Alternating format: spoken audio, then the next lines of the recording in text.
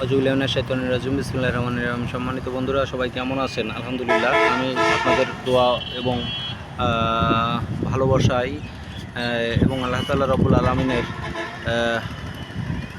কৃপায় অনেক অনেক ভালো আছি, সুস্থ আছি আলহামদুলিল্লাহ।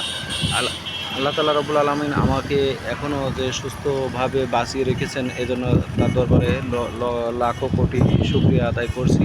এবং আপনারা দেখছেন এখন এইমাত্র আমার যে একটি ট্রাক দাঁড়িয়ে আছে ঝিনাইদহ শহরের শহীদ মশিউর রহমান সড়কের 16-13-10 স্ট্রিক্ট লামিয়া মোটরস এক নামে যে গাড়িটা রয়েছে আমার নিচে, হ্যাঁ, নিচে দাঁড়িয়ে থাকা দেখছেন। এটার কিন্তু রং একেবারেই গেছে, গাড়িটার রং করাতে হবে এবং বডিরও কিছু কাজ আছে, সেগুলো করাতে হবে। তো সময় পেলে ঈদের পরে নিশ্চয় করব।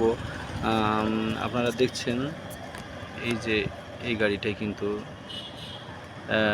বড় অক্ষরে লেখা রয়েছে লামিয়া মোটরস এলবি লিটন, বড় করে লেখা রয়েছে public career in all Bangladesh সহ অনেক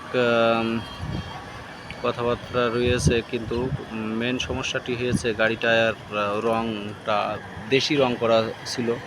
আমার আর 5টি মানে আর 4টি গাড়ি গড়ে 5টি গাড়ির আরগুলোতে কিন্তু সবই বিদেশি রং করা, আর এটি শুধুমাত্র দেশি রং করা, যার জন্য দেশি রংটা খুব একটা বেশি দিন থাকে না, যার জন্য দেশি রংটা একেবারেই গুল্লাই গেছে। তো সম্ভবত আসছে 17 তারিখে পবিত্র ঈদুল আজহা, অবশ্যই চাঁদ দেখার উপর নির্ভরশীল। তো যদি 17 তারিখে ঈদ হয়, তো ঈদের পরে আমি ইনশাল্লাহ ঈদের পরে গাড়িটি ভালোভাবে কাজ করাবো বলে মনে করছি।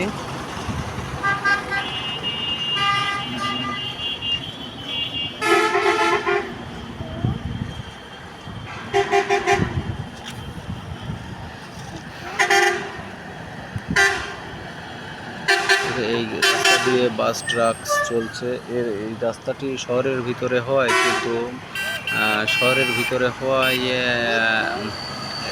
রাতে ট্রাকের দখলে থাকে রাস্তাটি। আর দিনের বেলায় তেমন একটি লোকাল গাড়ি ছাড়া কিন্তু তেমন এক গাড়ি ঢোকে না, তাই আর রিক্সা ভ্যান বা অন্যান্য কিছু চলে। তো সবাই আমার এই গাড়ির ব্যবসার জন্য দোয়া করবেন। আল্লাহ তাআলা রব্বুল আলামিন আমাকে যেন আমার এই গাড়ির ব্যবসা দিয়ে আমার